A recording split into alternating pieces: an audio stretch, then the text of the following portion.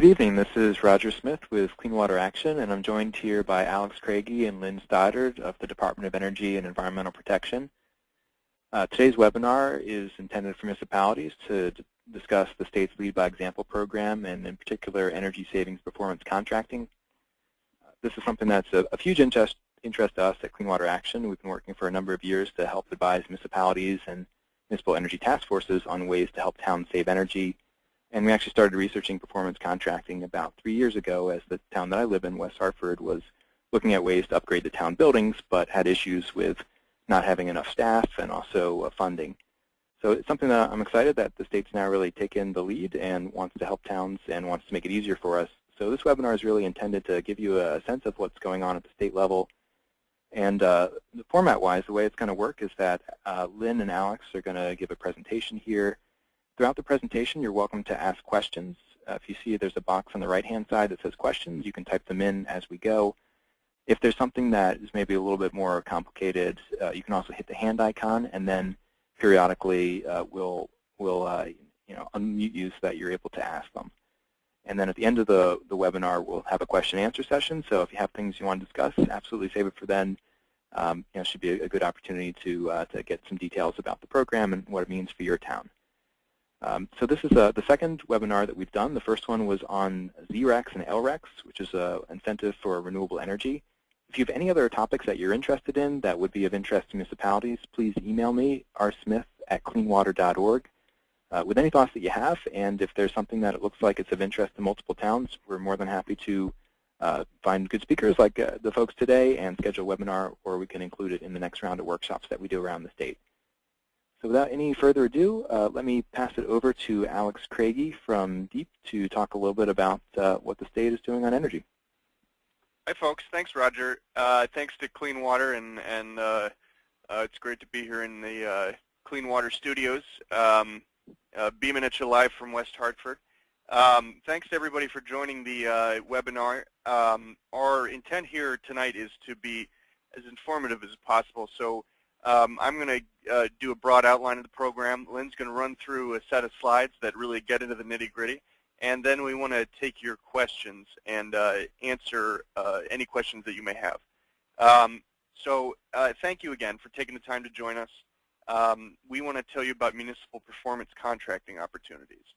Last year I was really lucky to be able to watch a batch of legislators and public interest groups and the governor and his staff create an energy bill that is in a lot of ways the envy of the country. Certainly an envy of Washington, D.C., and absolutely anything right now is the envy of Washington, D.C., but this one was particularly good. And today's program is just one of the many outcomes of their vision. Lynn and I are part of the state's Lead by Example energy efficiency program. As you probably know, the governor has given Connecticut state government a laser-sharp focus on the economy. And our program is one result of the governor's vision. The governor recognized that energy efficiency was a winner when he was the mayor of Stamford, and he got serious about making his city as efficient as he could. He saw the results when he was mayor, all of the money that got saved through energy efficiency, and he really took that mindset to state government. Since October, our program, Lead by Example, has committed $6.8 million to 31 different energy efficiency projects at state facilities across Connecticut. These projects are going to be turning a profit to the taxpayers in an estimated 5.07 years. Our commitment to state buildings is growing as we speak, and we aim to ramp up our commitment to energy efficiency in state facilities to progressively higher levels in the coming months. Lead by Example has also begun the process of installing energy monitoring equipment at up to 100 of the state's largest energy-consuming buildings, and we're going to work with facilities managers to expose inefficiencies in these buildings and take action to ensure our state's energy usage is as efficient as it possibly can be. We're working with the utilities to obtain accurate and timely data collection on our energy usage, because you really can't fix your problems until you know what they are. And on top of all of this, we're working to implement performance contracting in state buildings as well. Now, that work that I just mentioned is all well and good, but everything that we're accomplishing on the state level is peanuts compared to the opportunity in front of everybody listening on this webinar.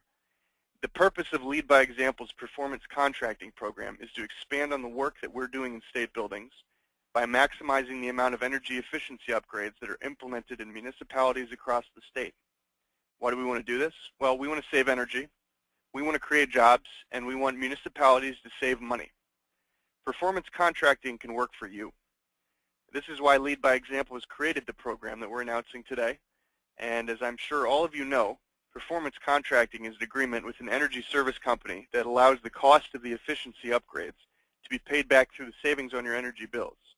In short, it's a way of making your cities and towns more energy efficient without any upfront capital costs. Performance contracting doesn't have to be hard, and it's certainly not scary. Some of your cities and towns have the human resources necessary to safely and confidently engage in performance contracting. Some of your cities and towns don't. That's one of the ways Lead by Example can help you guys. We're going to be able to provide technical support to help cities and towns through this process. But this program is not only about technical assistance for those who need it.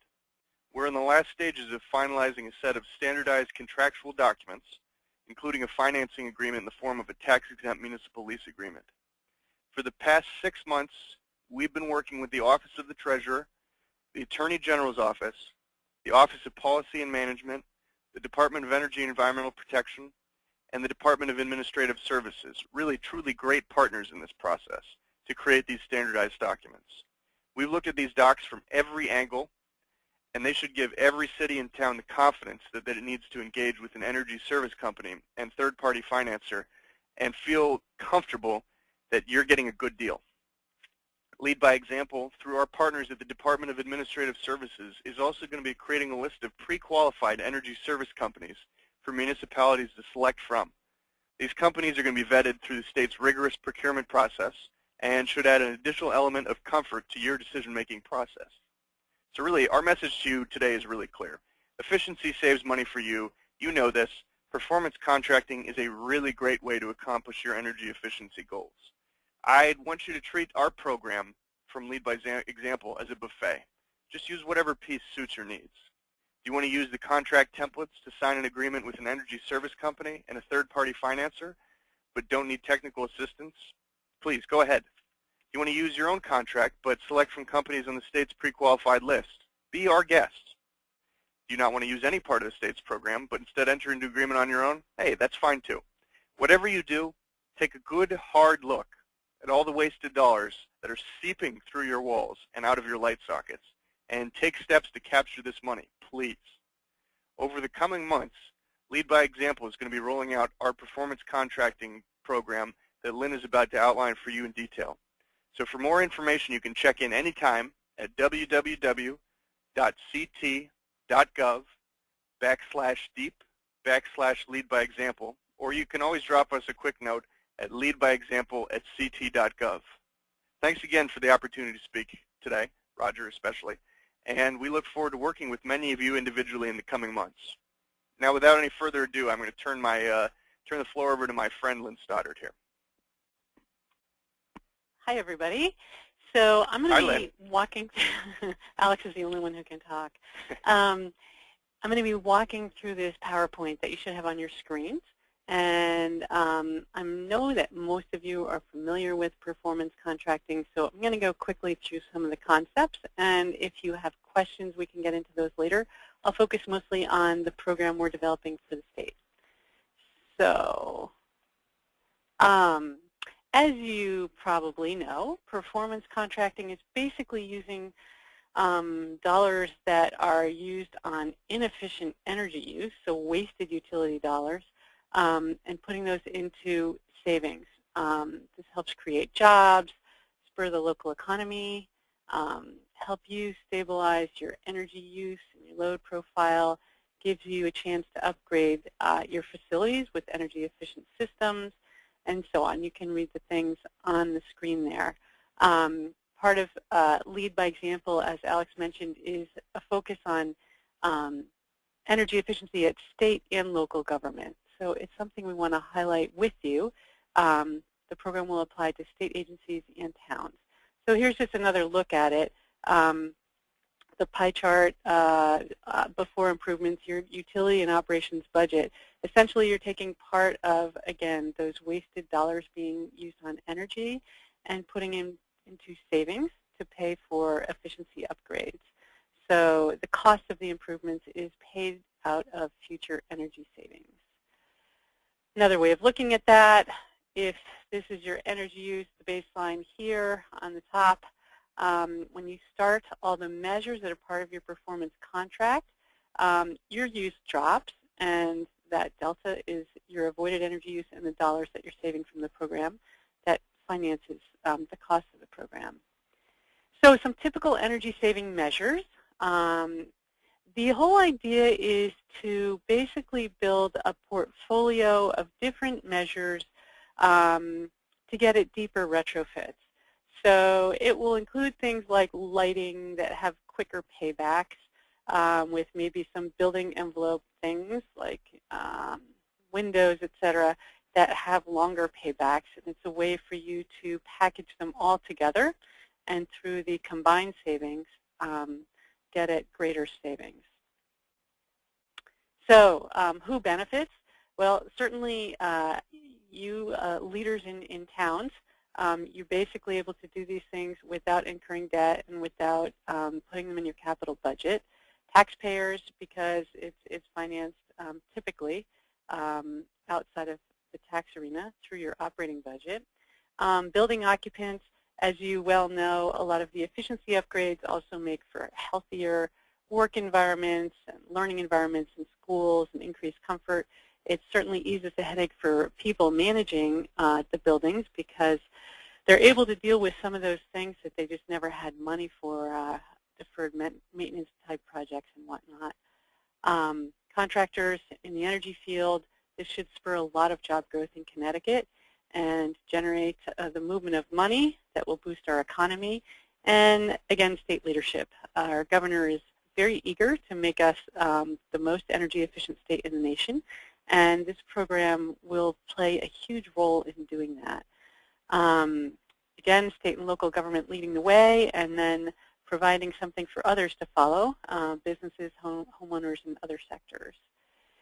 So the rough estimate of benefits is approximately $200 million per year energy spend by the state, and somewhat the equivalent by town on town buildings and schools and whatnot.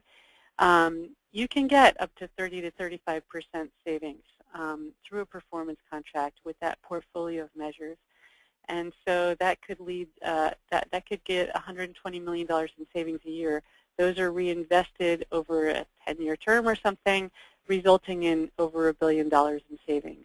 And the estimate on, as you probably know, efficiency jobs are higher job generators than other types of investment. And so the estimate is almost 10,000 direct jobs and over 11,000 indirect from this type of investment. And again, it's putting to use wasted dollars to do all this. So incredible opportunities for all of us. So we are developing a standardized process, which, as the last bullet says, is a requirement of Public Act 1180, the legislation that Alex referenced at the beginning, the big energy bill from last year, required a standardized, that deep work on this. And the benefits of that are, we are trying to provide, this program will provide simple, it'll take some of the homework away from you as towns of having to figure out what performance contracting is, to develop RFPs, to figure out all the kind of contracts and agreements that are required in this, because we're developing these template documents. It's a repeatable, transparent process. It will mitigate the risk for you because we've run these through the agencies that Alex mentioned, and I'll mention those again in another slide. So, and the great thing is it's going to be a consistent level playing field for vendors too. When they come to Connecticut, they will know exactly what's required here, and you know, the templates and the contracts will be the same for any project that's run through our program. So here again are the agencies that have been working on this. DEEP, DES Procurement, Construction Services, which is the old DPW, Policy and Management, our budget office, the AG, and the Treasurer. And we basically are ensuring that the procurement, legal, and financing people who have control over state government are fully comfortable with the program and have helped develop these documents. In addition, we are fortunate to have the U.S. Department of Energy providing technical assistance, and U.S. DOE has basically developed a program for states using standardized templates and documents that have been developed from years of experience in other states nationwide. So in a sense, we were able to hit the ground running with a lot of stakeholder input already behind us in these documents. We handed these out to the agencies involved and just began to work on refining them for Connecticut. So the program users will be, as per the legislation, state agencies, including our higher education system. Municipalities may use the performance contracting program, the standardized program we're developing, or they may develop their own program and RFP and whatnot. We think it'll be a lot easier to use ours. And the types of facilities, really anything that you, any type of building you own. So K-12 schools is a huge opportunity, wastewater treatment facilities, big energy users, offices, campuses, dorms, prisons, hospitals owned by the state. As you know, we use a lot of energy, and these buildings are full of opportunities there. So our conceptual framework has kind of 4 pieces to it. And I'm going to go through each of these individually. The first is a list of pre-qualified vendors. So essentially what you do is say we want to do performance contracting, and we're looking for a vendor who can help us do that. So as with any solicitation that DAS issues and contracts that DAS has, towns are able to take part in those. So we will soon be issuing a solicitation for what are usually called ESCOs, but in our legislation they're called QESPs, Qualified Energy Service Providers, and these are the companies that can do these performance contracts with, have experience doing them in our types of government buildings and packaging these multiple energy projects together. There will also be a solicitation for and a pre-qualified list for technical support providers who can come in as a third party and look at what a QESP might be proposing for your buildings and offer additional technical review on that. Another piece of the support we're providing is the standard contracts and documents.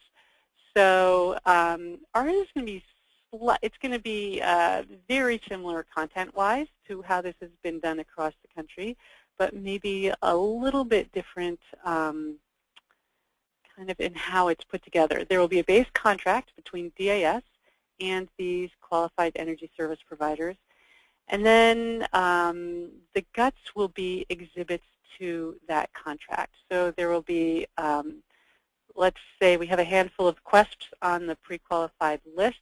At that point, you as a town will then need to select one for your project.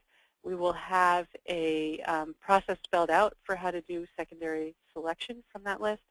And then the major pieces of the performance contract are the investment grade energy audit and the actual energy savings performance contract.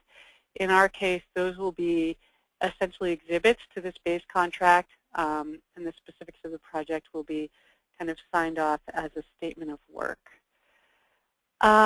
So the investment grade energy audit, you're probably familiar with this, but it's basically the initial very, very detailed look at your facilities, establishes a baseline of the energy that you're using now, a list of recommended measures to save energy, and then the projections on how much energy and therefore money would be saved, how that will be measured measured and verified. And the IGEA also includes the QESP will establish their costs for doing the project. Basically, not the specifics for your project, but in this is they're stating their maximum markups and margins. So that is the document that then, when the investment grade audit is done and the list of projects are there, is at the time that you kind of negotiate the actual details of the project with the QESP and decide on going forward or not. And then this all gets rolled into the energy savings performance contract. So it's based on the IGEA. The QESP will design, install, and commission all the measures. The kind of the ground rule is that the energy savings guarantees, the amount of money that they are guaranteeing that you will save from all these measures is greater than the total project cost, because that's how you're financing them, through the savings. If indeed that ends up not being the case, the QESP pays the shortfall in energy savings. So the guarantee is critical, and that's why the baseline and the measurement and verification are all very important, because they establish this performance guarantee that's critical to the success of the project.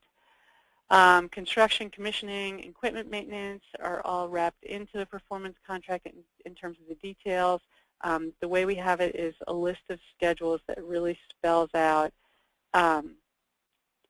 pretty much everything you can imagine that has to be incorporated in these contracts. What happens if you need to adjust the baseline because you've closed part of your building or added 100 more computers, or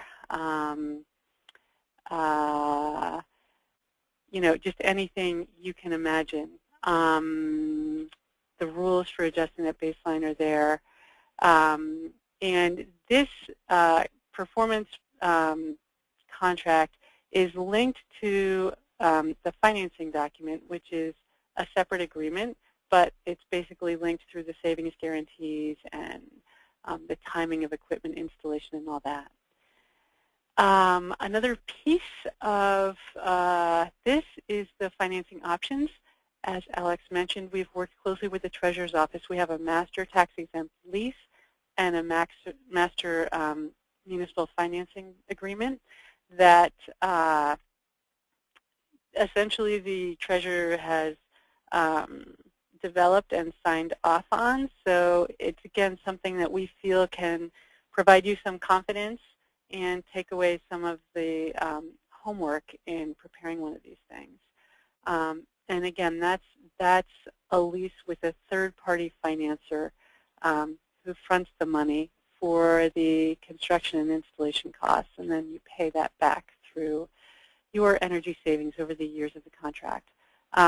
Of course, you can also fund it with bond funds or something else, but the most typical way for towns is tax-exempt lease.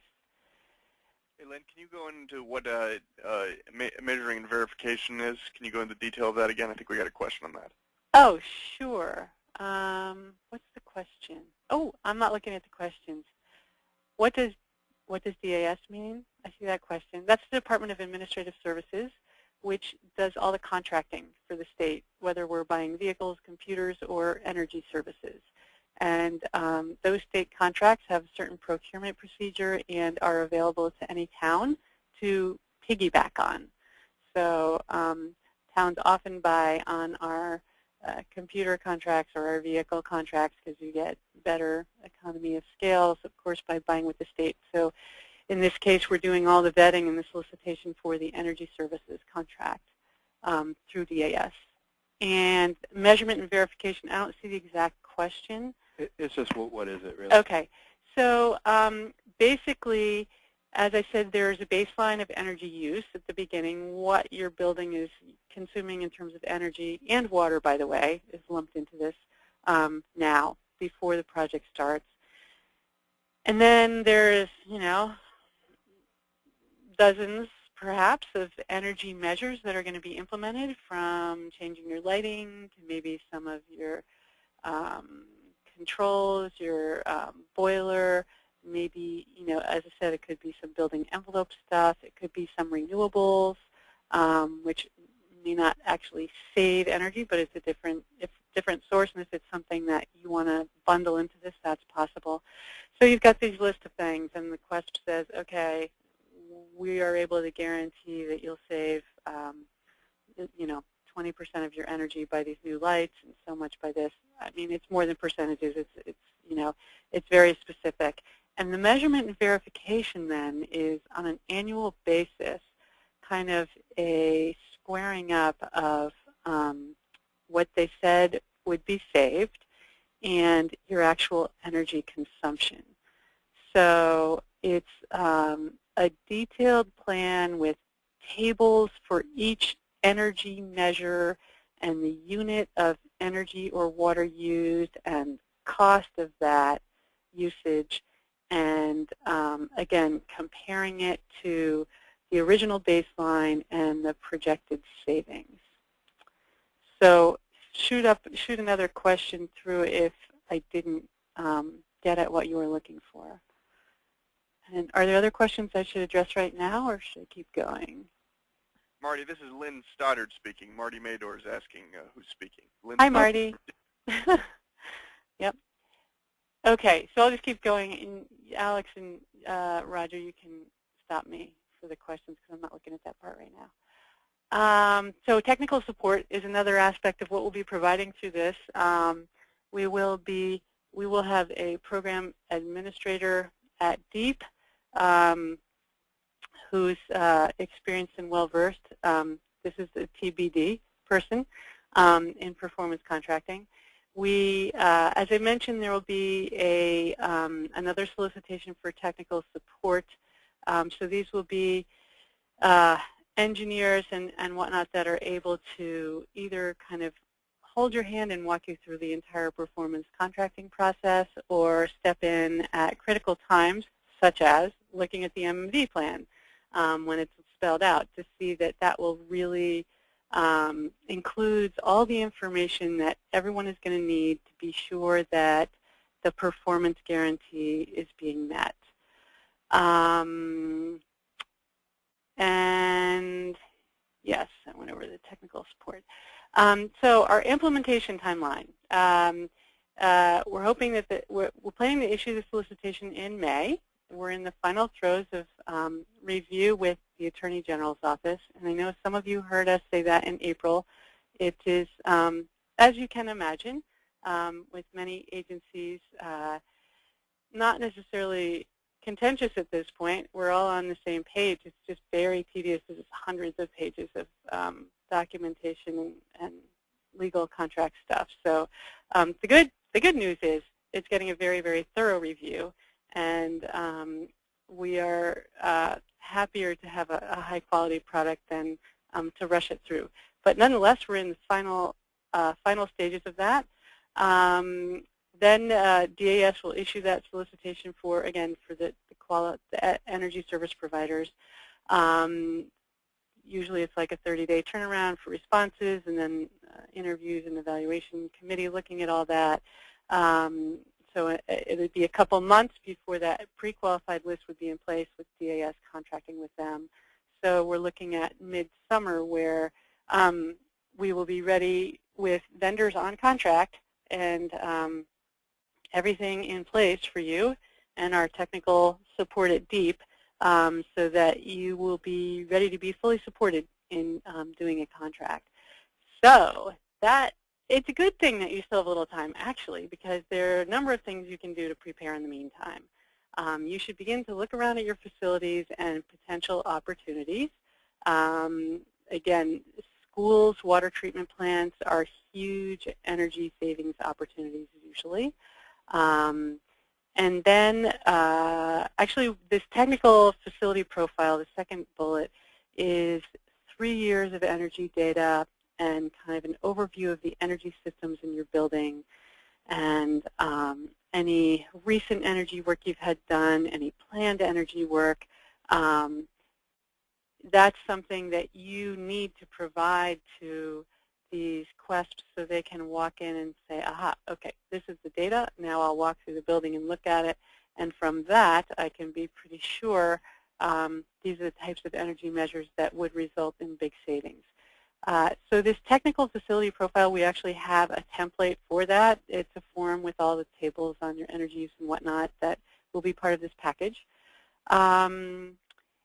You should be thinking about the most appropriate way to finance the program for your town. Again, we will have the master lease agreement available for you.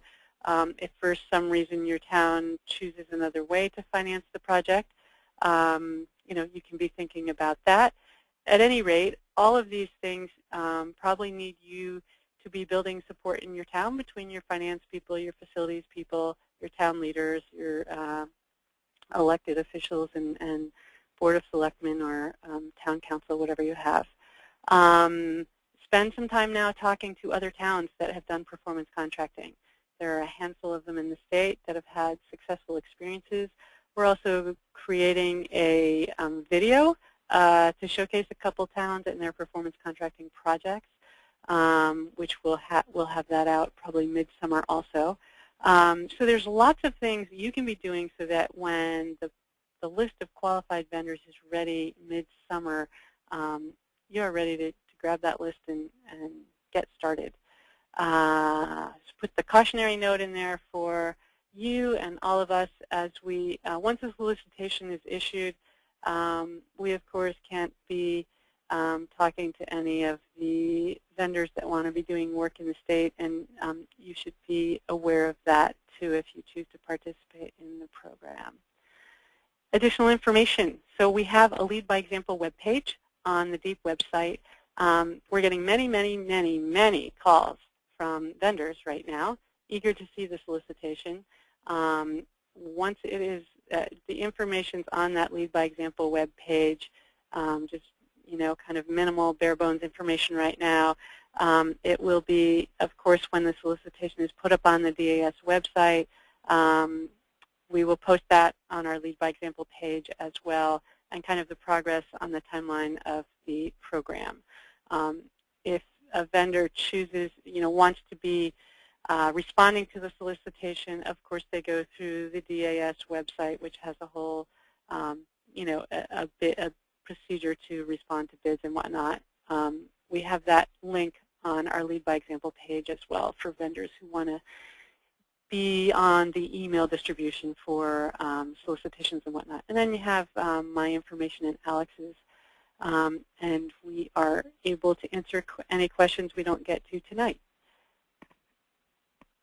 So that is that. What other questions do we have here?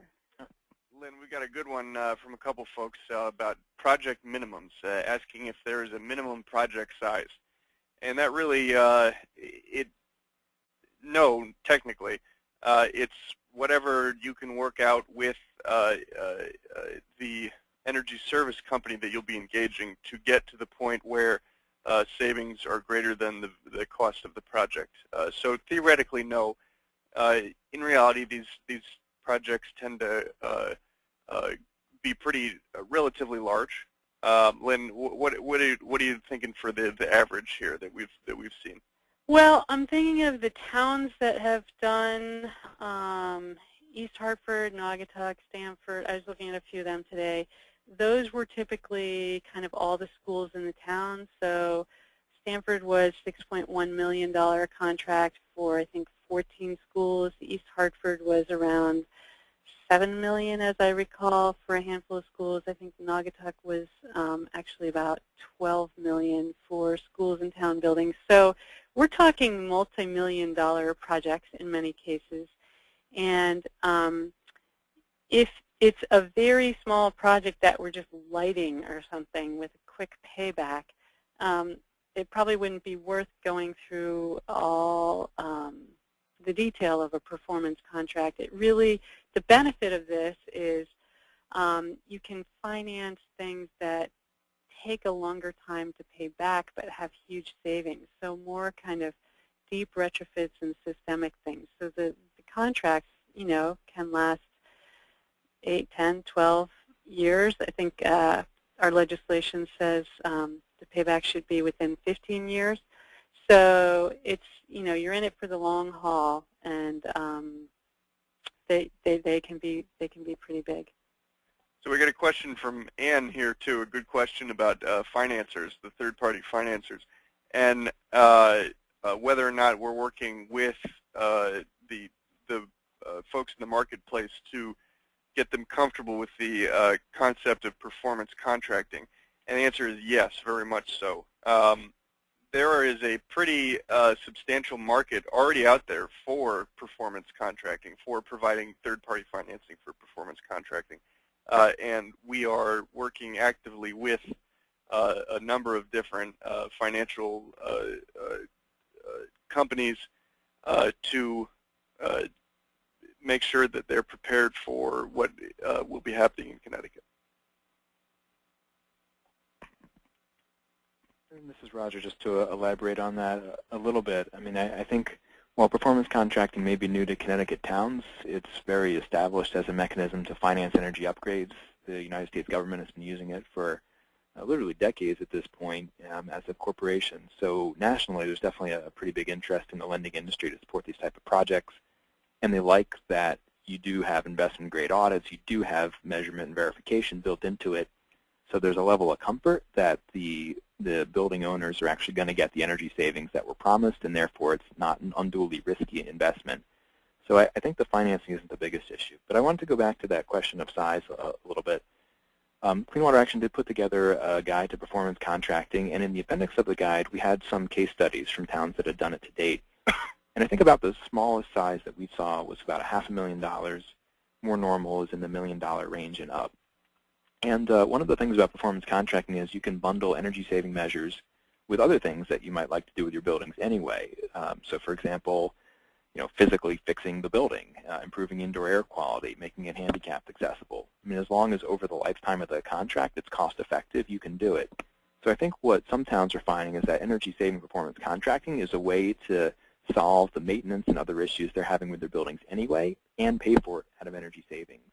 And because of that, they're able to put together bigger projects than maybe they would if it were just purely an energy retrofit. And the other thing is that it can be multiple buildings, so it doesn't have to be a massive town hall. It can be bundled together. And I guess I throw back a question to Alex and Lynn as to whether DEEP is looking at all about regionalism and if there's any opportunity to help towns partner together to do performance contracts, and if you have any thoughts on that. Yeah, and I saw that question about using COGS to get the word out. Most definitely.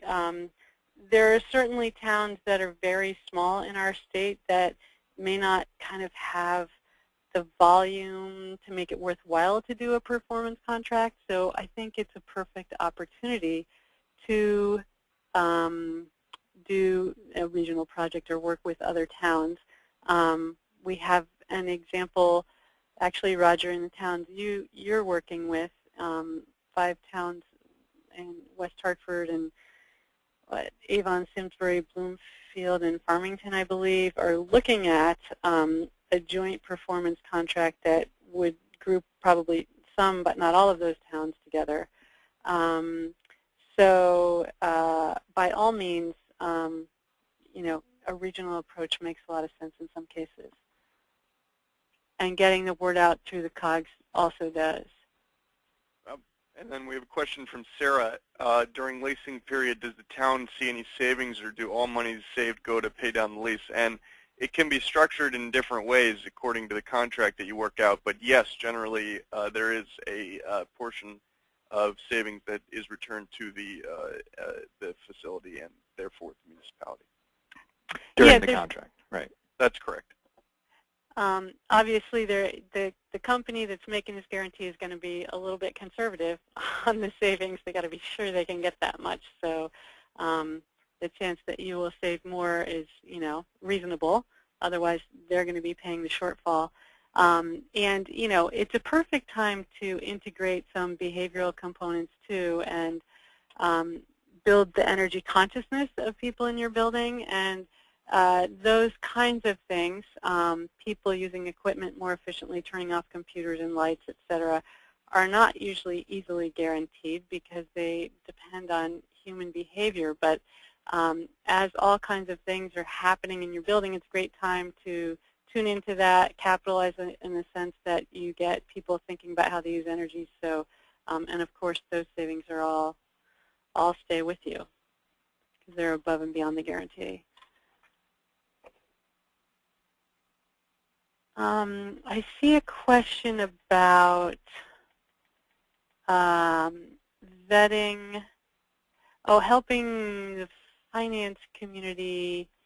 Would they be comfortable with these documents and whatnot? So the treasurer's office essentially used, I mean, they didn't create the standard lease agreement from scratch. It's a template that takes from, kind of what's used out there in the marketplace and will, protect our towns and agencies. So in that sense, it's not going to be surprising to them.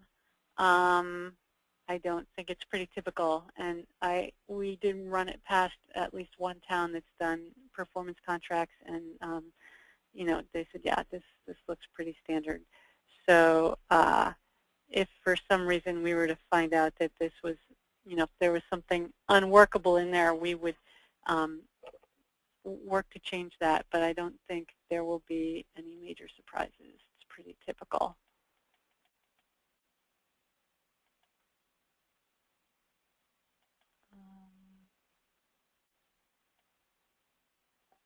Does anyone feel like we're missing their question? Because there are a bunch here. We're trying to scan through them.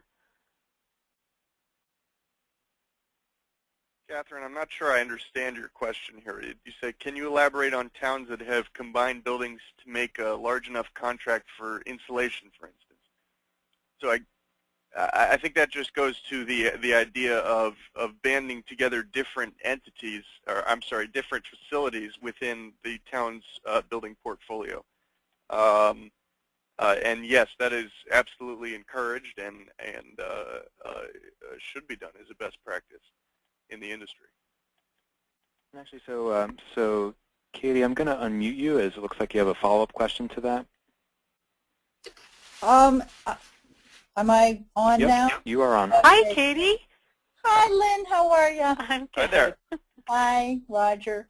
Yeah, I was at, you had mentioned that there were towns that had successfully done this, and part of that comment seemed to do two things. One, bundle different kinds of buildings or within a town, or bundle like buildings in different towns. And so I was kind of asking for a little detail on how people were bundling projects. So I think the typical ones that have been done by one town is, they're bundling schools with offices or whatever, typically all the schools or something like that. I don't know of one where a couple towns in Connecticut have actually created a performance contract together yet. As I said, the one in the West Hartford area is contemplated, but they're at the very, very beginning stages of beginning to, kind of think about it and put together a solicitation, which, yeah, if the timing is right, they would probably use ours, but we might just be a little bit off on that. But anyway, Roger, do you know what they're looking at in terms of buildings in that multi-town project? Well, my understanding is that the multi-town solicitation is going to be to select the performance contracting companies. It's not really clear how the contracts itself would play out, and I think there would be different contracts for different towns, so I'm not sure if that would get above, if that would solve the minimum size issue. I'm not sure. I mean, it's too close to the beginning to really say.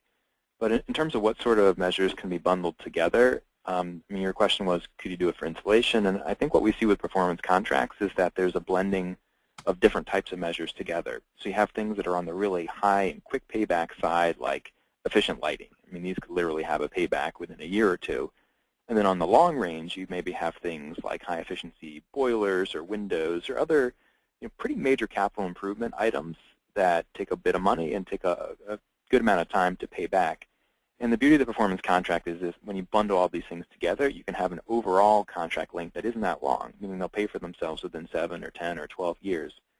So just to throw out a couple of examples, so in the borough of Naugatuck, they've been doing performance contracting over 5 years. They did it in 17 buildings, and the types of things they installed were boilers, steam traps, lighting, controls, high-efficiency chiller, energy management systems, so better computers there to actually manage the buildings, hot water conversion from electric heat, pool cover. So they really put together a variety of items into one package. Other towns are doing similar things. But I think the nice thing about it is that you can get at the building envelope, you can get at major equipment like boilers and chillers, and you can also do things like lighting, and they all help pay for themselves over the course of a contract that isn't unreasonable in length. Whereas normally if you tried to bring a 20-year capital improvement project to a town, a lot of times they're not interested in seeing something that have a 20-year payback, and you'll literally run the boiler until it fails. Did that answer your question? Was that getting at what you're asking? Yeah, that's great. Thank you very much. I think making those examples available for people as to what they actually did in the buildings would be helpful. So actually, folks, if you take a look at the chat box on the right-hand side of your screen, I put in a link to Clean Water Action's Guide to Performance Contracting. We put it together about 2 years ago, so it's not completely current, but if you click on that, it's a PDF. And if you scroll to the very end of it, we actually have case studies from East Hartford and Windham and Fairfield and a few other towns. It lists the type of measures that were done, the cost of it, and for the towns that agreed, we also included the contact information for, for the people in the towns who had helped work on the project. Thank you. Okay. Roger, you're a wizard. I wouldn't go that far, but I'm trying. Looks like we have a hand raised from Mark Winnick, so if you give me 1 second, let me try to unmute you. Hi there, Mark. Can you say anything? Oh, do you hear me? Yep, I can hear you. Oh, okay. I wasn't sure exactly how this worked. Yeah, so apparently if you hit the hand icon, then we'll unmute you, so folks can either type it in or you can raise your hand. Okay. I think I just typed something in, but I could ask the question. How does a company qualify to be on the pre-qualified list to work with a municipality or a board of education for making recommendations for performance contracting? So that's what this solicitation from DAS will be for, and it's essentially a combined request for qualifications and a request for proposals. And it's the kinds of things you would imagine. Asking the company to explain their experience with performance contracting in schools, prisons, government buildings, in other places. How long have they been doing this? What kind of expertise do they have on their staff? Some examples of some of the work, like investment grade audits they've done in other places, the scope of the projects, kind of what we're talking about in terms of magnitude of dollars and numbers of energy measures and whatnot. So it's very similar to, a request for qualifications for anything, but specific to what we're looking for them to do.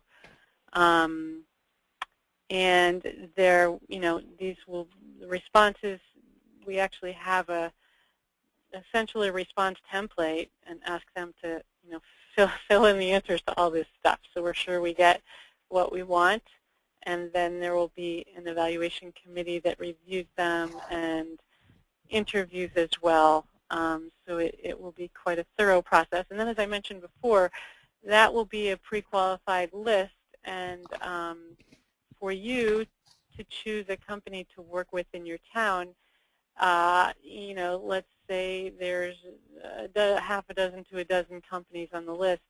How do you choose from that? Well, our legislation has some requirements about how that selection should be made. So we've created this, what we're calling a secondary selection process from the qualified list that kind of walks everyone through that. And it's really just drilling down a little deeper. So if you're looking for someone to do work, if we were looking for someone to do work on our prisons, we'd want to know a little bit more about experience in 24/7 operations with those kinds of buildings and the systems that they have there and the reliability requirements and all that. If you were looking for a company to do it, contract for your schools, it might be slightly different talent or experience required. So the past experience will help guide you in that, and the legislation asks that you look at at least three of the vendors on the qualified list and select from among those. So it's another smaller solicitation process, but that we've outlined the steps for. Can you just clarify something for me? Are there two different lists? One is on the side of consulting for performance contracting, and the other one is on the side of the actual services provided? Yes, yes. So the main one is for what is typically called ESCOs. It's the companies that will do the performance contract and make the guarantee and all that, identify the measures, install, commission, all that. The other solicitation and resulting in another qualified list of vendors will be for technical support, and that can be something like an owner's agent that often comes on to help walk you through the whole thing, manage the project, and provide technical oversight. Or it could be for technical support at specific stages of the project. And we feel that it's important to have a third party look at the investment grade audit report when that's prepared to help another pair of eyes looking at the way the analysis was done, the guarantee, the measures and whatnot, the measurement and verification plan, the baseline, all the things that are going to be very critical to whether you're meeting the performance or not. And then, a couple other stages where, if technical support is a third party is a very good idea. So there will probably be a range of what towns and agencies use there in terms of how much technical support. But yes, two lists. Thanks, Mark, for that question. And I have two more folks I'm going to unmute. So first, I want to unmute Dean DeJoannis. Give me 1 second, Gene. Okay, Gene, you're on. Hi, Roger. I just thought it was worth pointing out that this is a real cooperative venture that the town would be going into with the ESCO. It's not, well, Mr. ESCO, you promised to save me all this money, and I wash my hands of it now, and you do it. Because it's important that the town maintenance staff continue to do a really good job of operating the building. Because if you decide to extend the operating hours by 10 hours a week, that's going to cut into your savings. And if you're not careful about getting lights turned off at the end of the day, or or changing temperature settings, the ESCO is going to be looking at all those things, and they're going to make adjustments to the baseline energy, and you will not recover the savings you thought you were. So it's important that everybody buy into the process. Yes. That's a good point, Gene. Once the contract is entered into, you have to continue operating at the level of excellence that you currently are. That's a very good point. Great. Well, thanks, Gene. I had another question here from Tony Mitchell, so give me 1 second here while I try to find the button.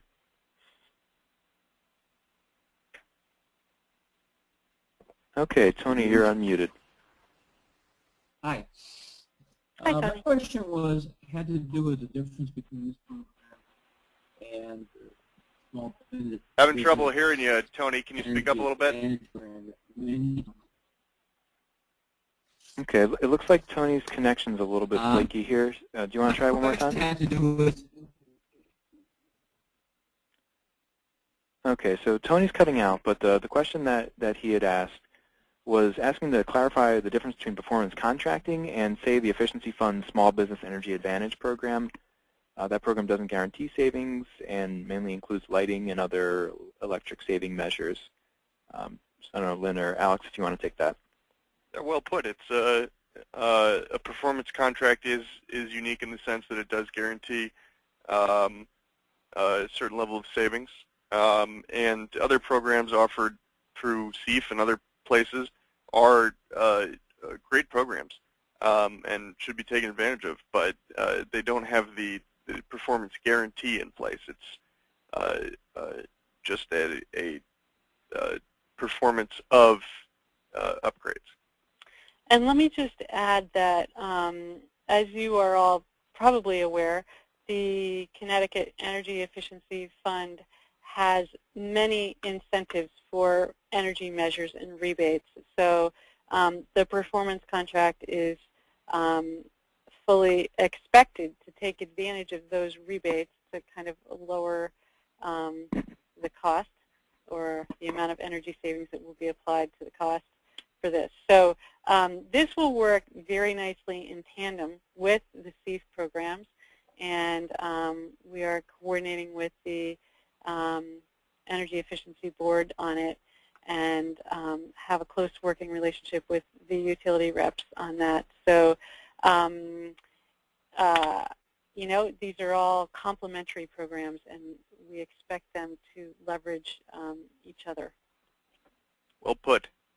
And this is Roger, just to jump in on that point. You know, I think one of the wonderful things about performance contracting is that it's all fuels. So the Efficiency Fund generally doesn't have a lot of support for oil heat. And if you're trying to do an insulation project or an oil boiler or something else, in general they don't have incentives and financing for that. Performance contract is really agnostic to it. As long as it's going to save you energy and save you money, you can pay for it out of those savings. So one of the great things that you can take the electric incentive on, say, the lighting, you can combine that with, say, the boiler where there is no incentive, and you can wrap it up into a package and take out a municipal lease on it and pay for it out of savings. Whereas if you're just dealing with the Efficiency Fund programs, you may only end up doing the lighting or motors or refrigerators or other types of measures like that, and ultimately leave the boiler or another system in place for another day for a capital improvement project. So I think that's the best thing about performance contracting is you can be comprehensive and holistic and go deep, and you can bundle into it the incentives that you can get through the Efficiency Fund or from other sources. So it looks like we had another question there, one from John Hall, and that's asking if this state program provides for a variety of types of guarantees. Are there options? I'm not sure I understand the question. A variety of guarantees. Well, let me unmute John, but my guess is it's savings guarantees. Hey, John, I think you're on. Can you hear us? Hey, John?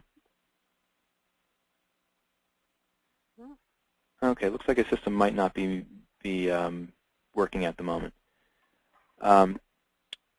So I guess the question is, or at least my understanding of the question is that I think there are different types of savings, you know, guarantees that performance contracts come under. Does the state program choose one type of savings?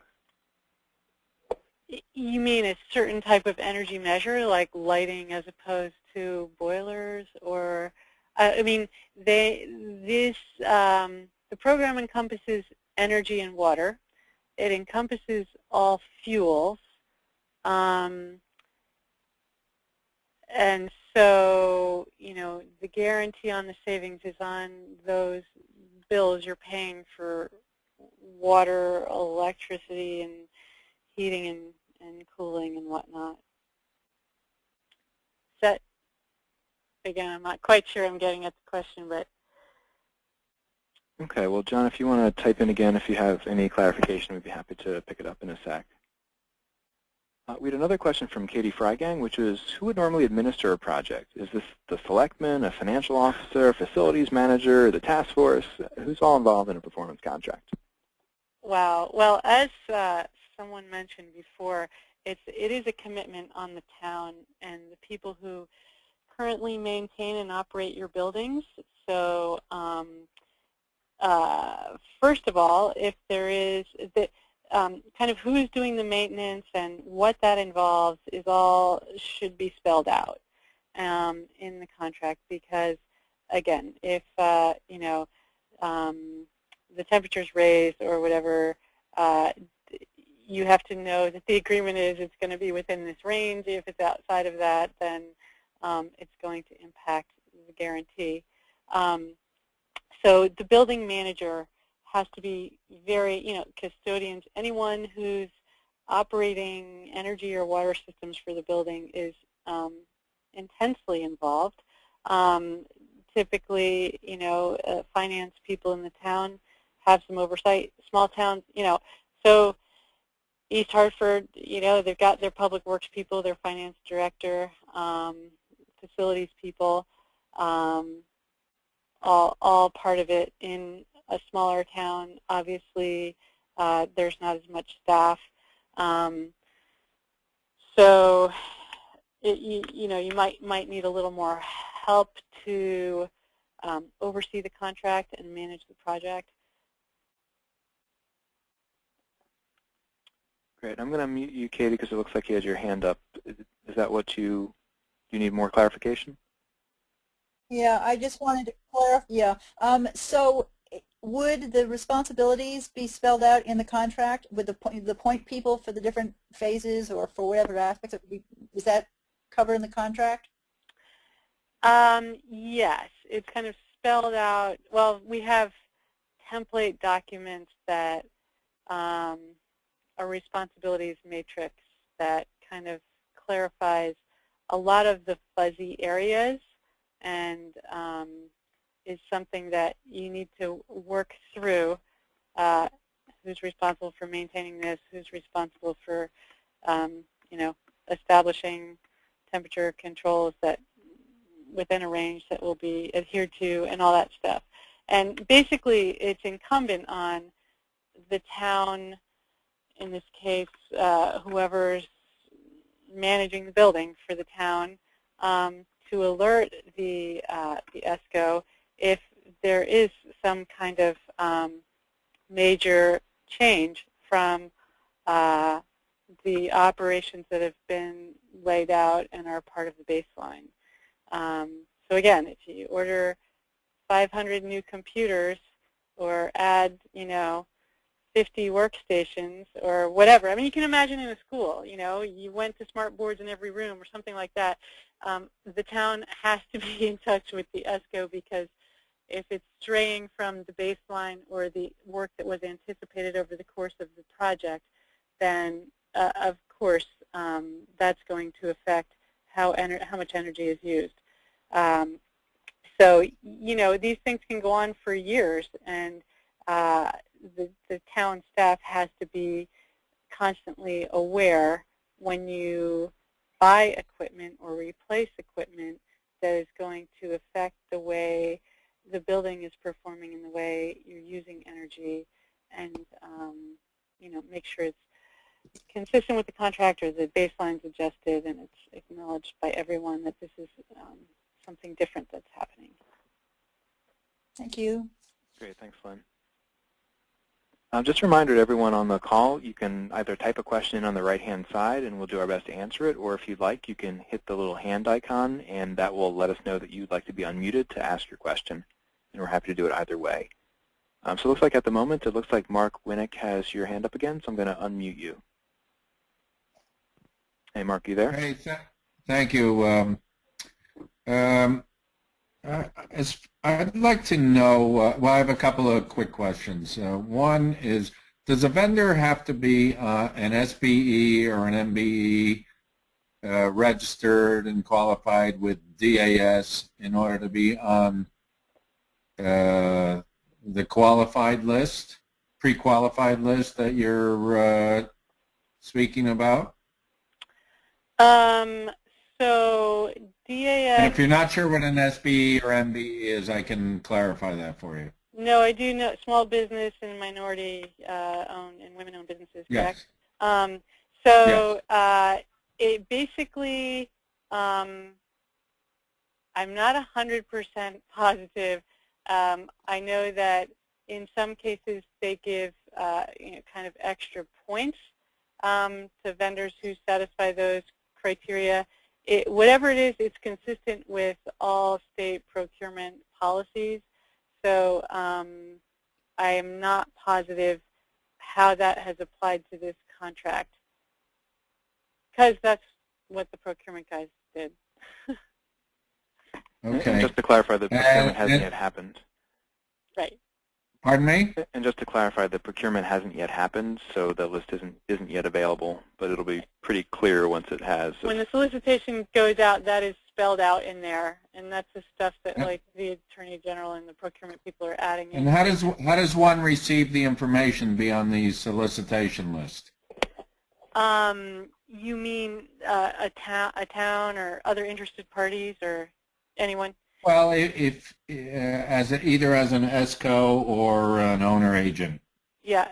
So as I mentioned, the way I may have missed that, so I apologize. Oh, no. I'm just going back to kind of the way we've structured it, which is the first thing that happens is the solicitation is issued, and then there will be a contract between DAS and the qualified energy service providers. And then there will be exhibits to that contract which spell out how the investment grade audit is done, how the performance contract must be laid out, all those schedules of things that are part of the performance contract, like temperature controls, measurement and verification, commissioning procedures, and whatnot. So the way they're all linked. I guess what I'm trying to say is all of these, even the secondary solicitation, choosing someone from the qualified list to do your project, all of these things are spelled out and they're exhibits to that one contract between DAS and the vendors and the ESCOs. So right, those will be posted on the DEEP website on the Lead by Example page. They will be posted on the DAS website, and once we have the qualified list, I mean, as you see, we're doing some outreach now, but it's a little harder because people don't have, the materials in front of them because they haven't been issued publicly yet. So once the solicitation goes out, all of those things will be posted and publicly available, and we'll be doing a lot more outreach on the details, kind of walking people through the documents. Right, but maybe I should clarify this. If I know of a company that is interested in trying to qualify to be on this pre-qualified list, how do they get on the list to even be solicited? Or what do they need to do? Okay, if you go to ct.gov/deep/lead-by-example, there is a link there to... ct.gov, repeat that? Do you see the slide? Do you have your screen on? It's the top. Yeah, but I don't know how to move it back or forward, so... Oh, it's no, that's okay. I'm going to put it in the chat, so if you look in the chat box in the bottom right-hand side of your screen... I'm not even sure how do I get into the chat box? At any rate. Yeah, you should see some controls that come up on the right-hand side. Yeah. It's kind of where, like, the hand icon, it's below that. There's going to be a chat box, and I'm going to put the web address, which you can click on there. So it's a page on the DEEP website, and on that page is a bit of information, including this. Thank you, by the way. Including this PowerPoint, and about performance contracting, and a link to the DAS,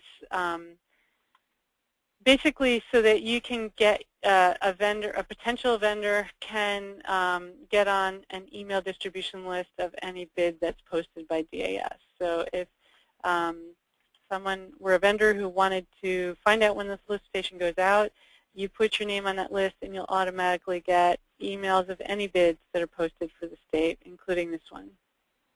So that's what I recommend you do, and that's all. Those links are all on the Lead by Example page that Roger put up there. Thanks, Lynn. And I also wanted to mention that there was a working group that, well, used to be known as the DPUC, convened last year with the Efficiency Fund that went into performance contracting, and I think pulled together some really nice overviews, really nice summaries in some level of depth. So I'm going to post that here as well. So this is another PDF that you can download. I would look at that one and look at the Clean Water Action Guide, and hopefully between the two you'll get a decent sense of what these projects look like in reality. And then pretty shortly we're going to have the state program where we can really get into some depth as towns work to implement it. So we had another question here from Marty Kaplan asking, how does tech support get paid? So the support that you had mentioned, Lynn. Well, the legislation says that we could charge an administration fee for projects. At this point, we do not intend on doing that. It also says that we can tap into the Connecticut Energy Efficiency Fund to get the program established. So we will be working with the Energy Efficiency Board that manages the fund. And we envision that tech support being provided through the Efficiency Fund, which is, as you know, paid by electric ratepayers. Thanks. And Marty, if you have another question, feel free to click the hand icon or to type it in. Great. So we had another question come in via email, and it's a little bit of a clarification of, on the M&V side, the measurement and verification side, could you talk at all about stipulated savings, where towns essentially, claim that something was saved with the vendor versus actually measuring it? I mean, do the M&V protocols and documents get into how savings are determined? Yeah, yes, they do. So for the most part, I mean, it's based on usage bills and whatnot. I suppose if you had, again, wove something in there that involved kind of human behavior more in terms of turning things off and whatnot, that might be more kind of projected or stipulated. Because it's a guarantee that the ESCO will pay the shortfall if the guarantee is not met, it's got to be pretty clear and something that is documentable, and there's, it's pretty straightforward. You can't be quibbling about it. So it's basically based on use. Yeah, and I got to throw in a point that DEEP is going to be watching this market carefully, and we do view our role somewhat of a watchdog for municipalities in the state.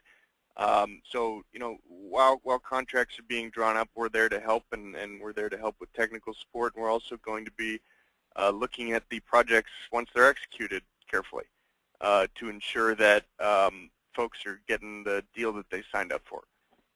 Yeah, and right, that's a great point, Alex. We will also be doing an annual review of all of the ESCOs on the qualified list to look over the projects they're involved in under our program in Connecticut and make sure they're complying with the rules and the guidelines we've set out, and that the contracts are running successfully. Great, thanks, Lynn. And I think for us it's also really important that towns have somebody in their corner who's as knowledgeable as the energy service company when they're entering into those agreements. And for some towns, those may be people on staff. For others, it may be third-party consultants.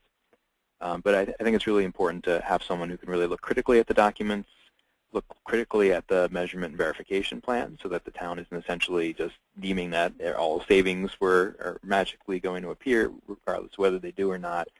And really asking the question of what's right for the buildings that we have. Is it a performance contract? Is it a combination of that and doing efficiency fund programs for other buildings? It's really thinking about that before entering into it. Right. It's going to be one of many tools that you have available for saving energy in the town, and it's not a tool that works in every situation. So I think that's a good point, Roger. There may be times when you know, a rebate from the efficiency fund is the way to go for a simple project, something that's not complicated.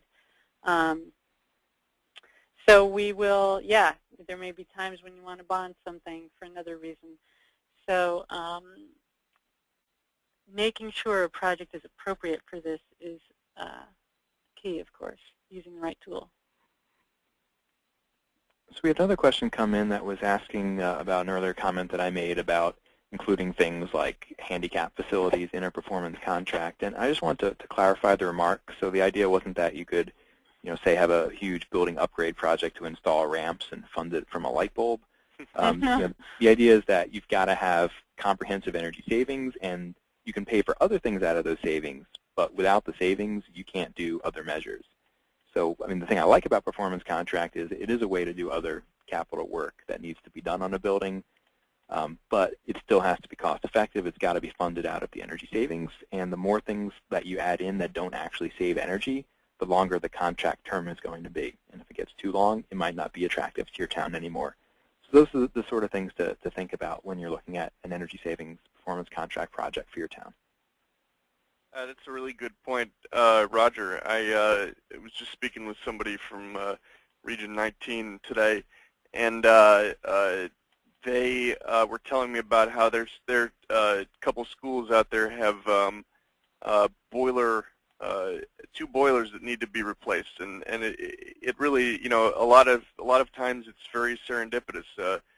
You've got something you need to take care of, and here's a program that can help you do that while bundling in some other measures. So that's one big piece of this.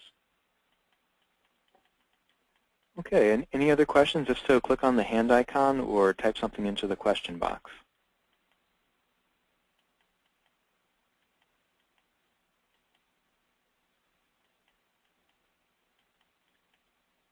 Okay, well, seeing no other questions, I wanted to thank, actually, no.